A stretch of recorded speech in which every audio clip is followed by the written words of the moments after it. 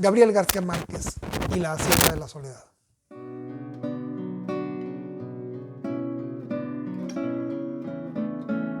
Felipe Montes.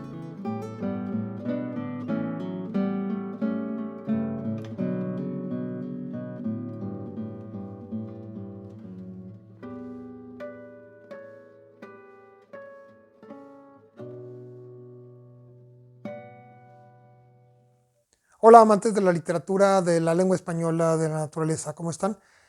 Bien, el grandioso Gabriel García Márquez sin duda ha influido sobre la Hacienda de la Soledad, sobre toda la saga La Guerra del Viento, de que esta es el primer tomo, y sobre todo mi Monterrey. Gabriel García Márquez podría ser el autor cuya influencia es más visible sobre mi obra, o sobre ciertas partes de mi obra. Y en la sesión pasada, en el video pasado, les hablaba acerca de Rulfo y les decía que en algunas variables Rulfo y García Márquez están en sitios opuestos. Y el principal creo que es el contraste enorme que hay entre la economía verbal de Rulfo, por un lado, y la concisión de sus frases más cortas, por ejemplo, ante la profusión exuberante de la longitud sintáctica de las frases, de gran parte de las frases de García Márquez. En otros videos ya luego les platicaré acerca de libros específicos de cada quien. Les he hablado acerca de algunos, pero me gustaría luego dedicar videos a ciertos libros de cada uno de estos autores en mayor profundidad y de qué he aprendido de cada frase, incluso de frases específicas, ¿no? Bien, García Márquez, sí, gracias a 100 años de soledad, gracias a ciertos cuentos, específicamente Monólogo de Isabel viendo llover sobre Macondo, El último viaje del buque fantasma, Un hombre muy viejo con unas alas enormes y El ahogado más hermoso del mundo, específicamente esos. Y más que 100 años de soledad, al menos en mi caso, El otoño del patriarca, nos ha enseñado la capacidad enorme de variar en el uso de los recursos, la riqueza y la alegría de la escritura. Es decir, leer casi cualquier texto, casi cualquier página de García Márquez contagia una alegría por escribir, brinda unas ganas nuevas, unas ganas renovadas de crear.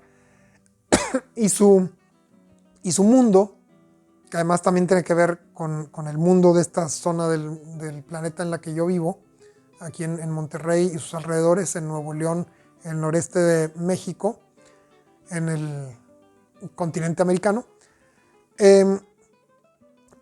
presenta una sensibilidad ante la naturaleza que nos podría traer ecos de Horacio Quiroga,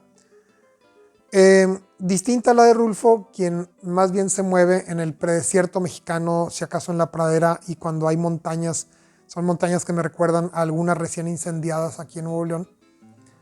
Pero esa riqueza tan hispanoamericana de García Márquez, esa sensibilidad ante las historias que narra y que sugiere a sus estudiantes de taller en Cuba, y en esos talleres que están transcritos y publicados en una colección muy bonita que luego les presentaré, nos habla acerca de una persona, un autor extraordinariamente sensible, muy observador. Quizá lo primero sea que es muy observador García Márquez, muy sensible a lo que observa y que hace suya la anécdota que está observando de tal manera que la presenta con una emotividad que nos penetra, nos envuelve, nos hipnotiza.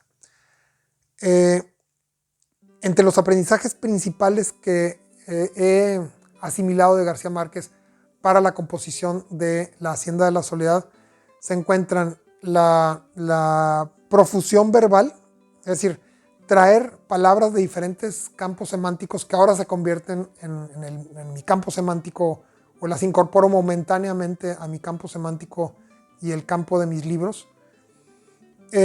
La integración de esos vocablos de manera sabia, una vez más la sintaxis requiere de una forma de corona, de tiara, de collar, de pulsera, para que las palabras se encuentren ubicadas en una secuencia que nos vaya atrayendo, seduciendo o sorprendiendo y molestando, para que el resultado final, que es cada párrafo, y luego el resultado final del engarzamiento de los párrafos, nos traiga esa alternancia de paisaje, observación de personaje, acción, monólogo interno, narración, descripción y todos los elementos que tenemos a nuestra disposición quienes gustamos de escribir.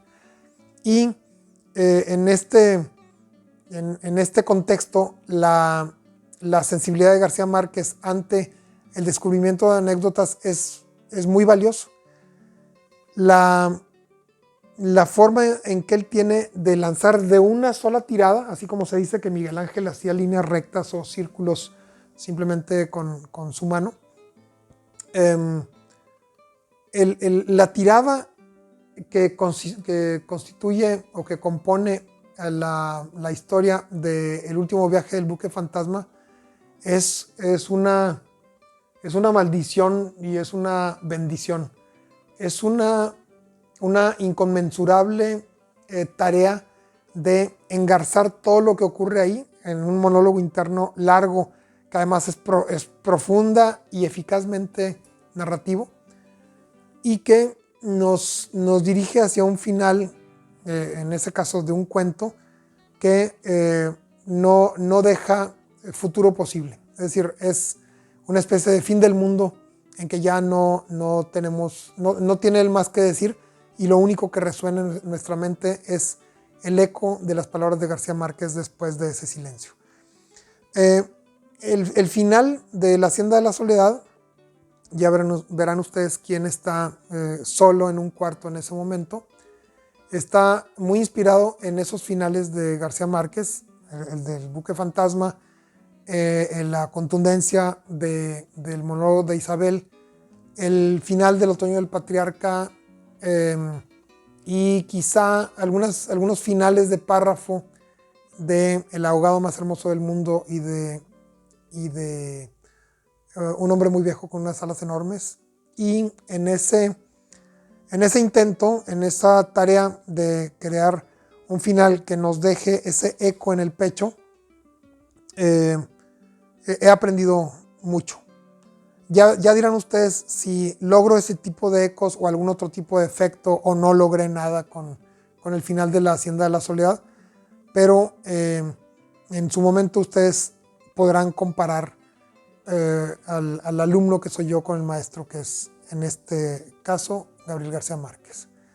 Muchas gracias por esa atención que se han servido poner a estas humildes palabras. Nos vemos a la que sigue. Gerardo, muchas gracias otra vez. Y escriban, no dejen de escribir, y lean, no dejen de leer. Hasta luego. Abrazo desde Monterrey.